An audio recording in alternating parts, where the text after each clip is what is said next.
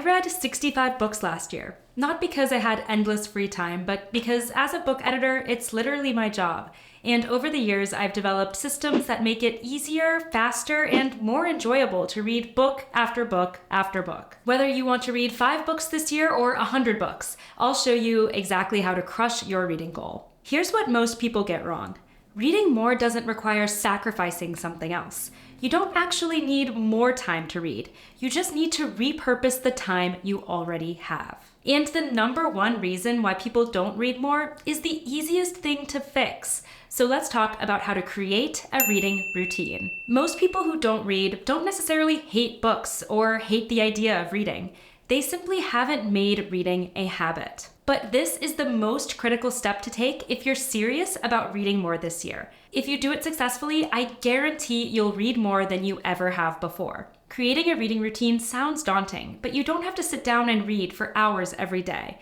Just 10 to 20 minutes will add up over the course of the year. So where to find those 10 to 20 minutes? Start with pockets of dead or downtime. Here's an example. When I moved back to New York City last year, I started spending a lot more time on the subway. While I'm waiting on the train or on it waiting for my stop, I'll pull out whatever I'm reading, usually on my Kindle or on my phone. More on that in a minute. If you read on your commute every day, you're automatically going to make a lot more progress without changing your routine at all. Another great routine is to read before bed, which can also help you wind down at the end of the day. I'll admit, I used to scroll on social media before going to bed, and sometimes I still do, but more often now I'll set my phone on my dresser and take my book to bed, and read for 5 to 10 minutes before falling asleep. A few times a week, I'll also read while I'm walking on the treadmill, especially on these cold winter days when I don't want to go outside, which helps me accomplish 2 goals at once. Finally, I like to sneak in bits of reading whenever I have an unexpected moment, such as while I'm on hold with customer service or waiting for water to boil in the kitchen. I keep my book out and easily accessible wherever I am so that I can quickly pick it up whenever I find a moment. Here's an extra tip for the writers watching. On days where you're struggling to write, repurpose your writing session as a reading session. Sometimes immersing yourself in a good book is exactly what you need to rejuvenate your creative energy and bring fresh ideas to your story when you return to it. This next tip is the biggest hack that skyrocketed the number of books I'm able to read in a year.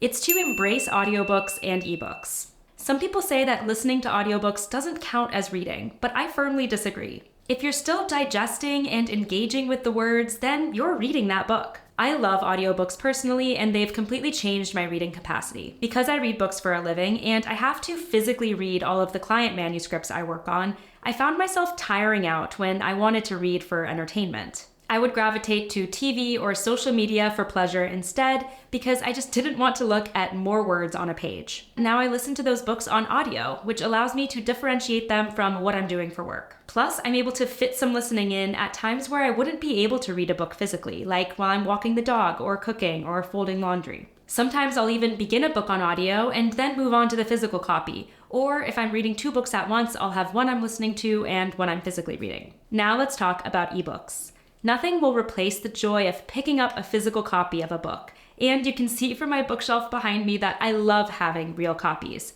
But I'm only able to read as much as I do because of the convenience of my Kindle. I take it wherever I go, and even if I forget to bring my Kindle, I have the Kindle app on my phone, which will let me seamlessly pick up wherever I left off. It lets me get so much more reading time in. Plus, I admittedly love the feature of being able to see exactly what percentage of the way through the book I am. Now, I know that some people hate audiobooks and can't focus on them, and some people say they will never read an ebook over a physical copy, but if you're struggling to read more, try giving one of these other formats a try. My next tip is something controversial I learned when working in the publishing industry, but it just might be the most important mindset shift you make around reading. Don't hesitate to DNF a book, which means to not finish it. And in fact, abandoning some books can actually enable you to finish more books. When I was just getting started in the publishing industry, I had to learn this lesson fast. I had hundreds of manuscripts on my desk at any given moment,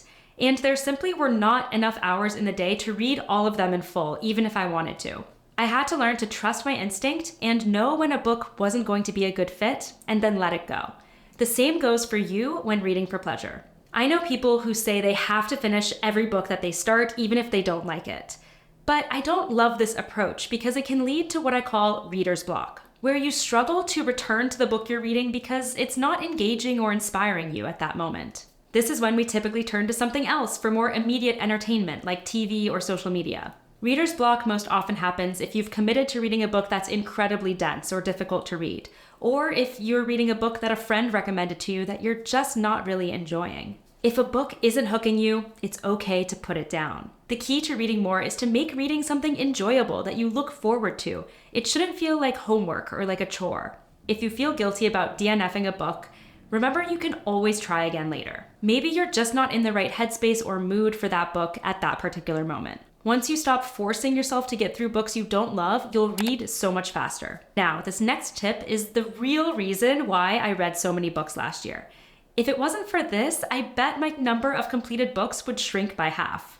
It's to give yourself motivation. I hear from so many people that the last time they finished a book cover to cover was when it was assigned to them in high school or college, and there's a reason for that. There was a deadline in place that you had to complete the book by, and that's what motivated you. This same reason is why I complete as many books as I do, because I have deadlines that I have to get my feedback to clients by, and that's what motivates me. So think about what motivation looks like to you. One idea is to join a book club, which is a fun way to keep yourself accountable while also joining a community of like-minded people. You'll naturally be encouraged to read because you'll want to finish the book by your meeting date. Another motivator could be that you want to share what you're reading socially on platforms like Goodreads or a Bookstagram or Book Talk. There is a rich bookish community online that you can tap into if you're open to sharing. One new motivation idea I want to try this year is to gamify reading. You can create a bingo card with specific genres or types of books that you want to explore, like read a business book, or read a novel set in Japan, or read a novel by a debut author. Then each time you read a book that matches the criteria, you'll check it off. And once you complete the bingo card, you can treat yourself to something. This can also give you inspiration for what to pick up next once you finish a book and encourage you to keep up the momentum. Now, if you found yourself burnt out on reading, or you've been on a reading hiatus for months or years, this final tip is for you. It's to pick up something unexpected. So much of the joy of reading is finding a book that surprises and delights you. Something that you unexpectedly fall in love with. For every book you put on your to-be-read list that is in a genre you always read, I challenge you to add one that is out of your comfort zone. I bet you'll be surprised.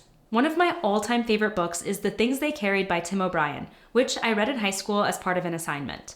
When I first heard the premise, I didn't think it was going to be for me, because I wasn't particularly interested in history at that point in my life. I read it for school just because I had to, but I fell in love with it.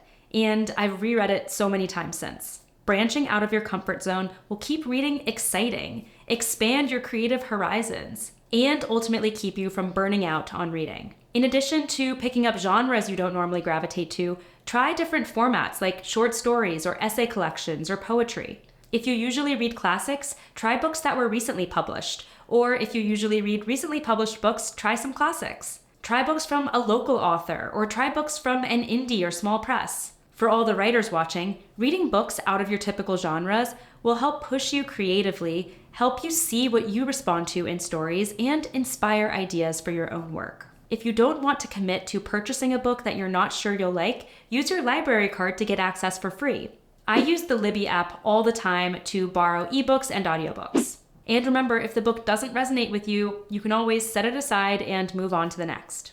If you're not loving what you're reading at this moment, switch it up. There are literally millions of books out there waiting for you.